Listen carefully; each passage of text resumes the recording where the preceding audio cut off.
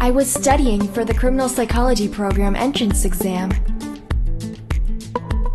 Just as you may have assumed, I would like to become a police detective one day. Mom's not particularly thrilled, but still. In spite of everything, I've applied to the police academy. And I hope I'll be admitted. My father would have been proud of me if only he could see me. My father's life was shrouded in mystery.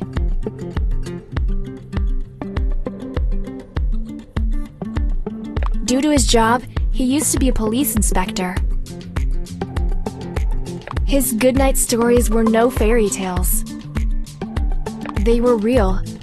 Very real. But in order for them to have a happy ending, I would have to solve a puzzle my father gave me. I loved that feeling.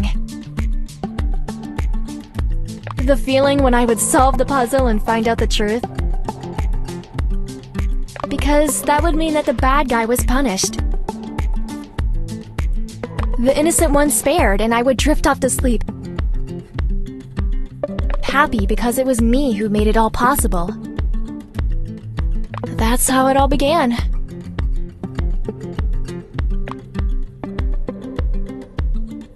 I was voraciously going through the pages of the course book, fascinated by the amount of new information about the human nature and behavior that I was able to find there. This is such an interesting section on profiling. And applicable in practice, too. I already want to try out my newly acquired knowledge.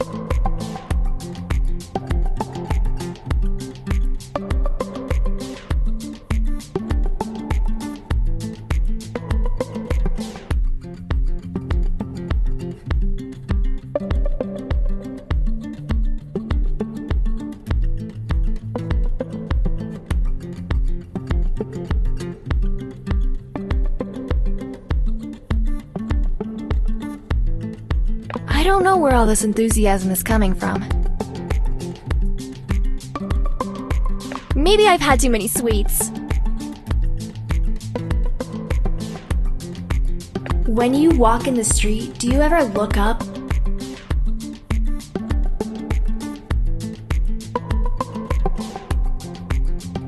And notice the faces of the people going toward you?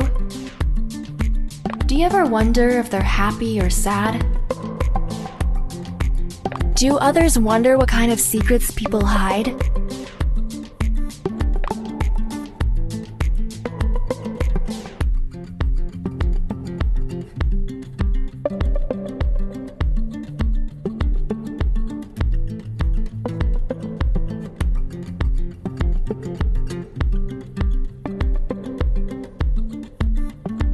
I think about that practically all the time.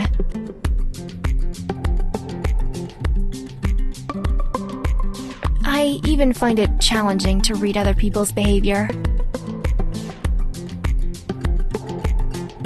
That's also one of the reasons why I decided to follow in my father's footsteps. I think I have a gift for that. That's why I was working so diligently and constantly improving my skills. That was my passion. I was interested in the course book, but the constant blinking of my phone screen kept distracting me that time. Akiko's awake, and now she's gonna bombard me with texts.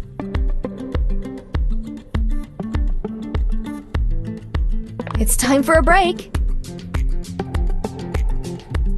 Akiko is my best friend and the voice of reason. She doesn't take shit from anybody, and she's always brutally honest. Many hate her for that, but I just adore her.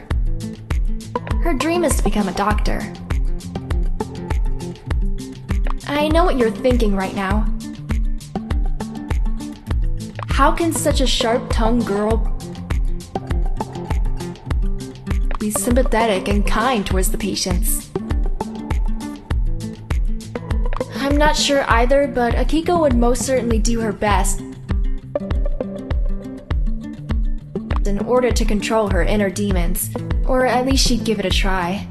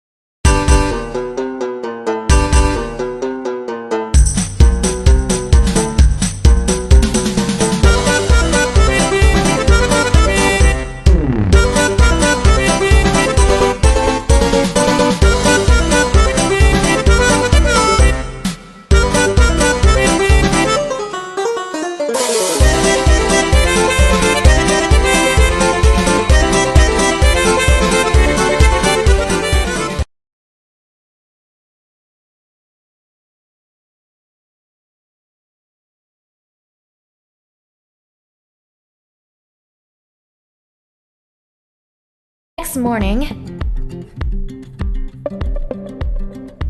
I don't remember the exact moment when I leaned my head against the book and closed my eyes. But obviously, it was enough for me to drift off into a sleep immediately. That was how I spent the entire night. I opened my eyes and lifted my head from the book.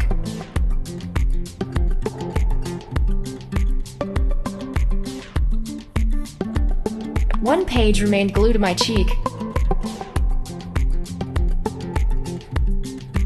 And I accidentally tore it off by lifting my head. I thought about how ridiculous I must have been at that moment.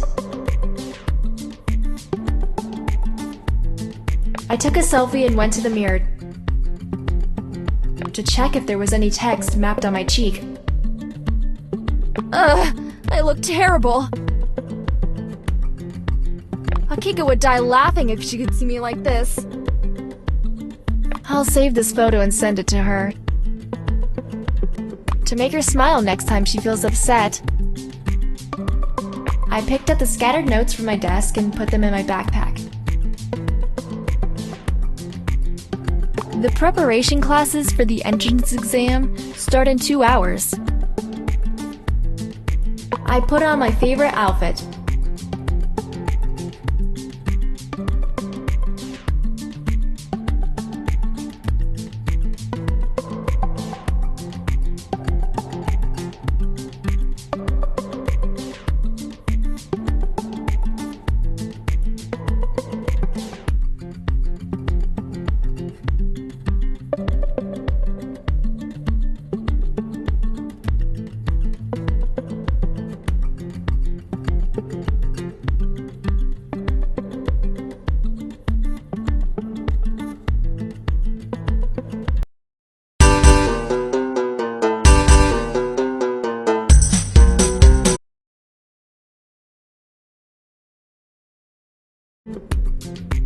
I put on my favorite outfit.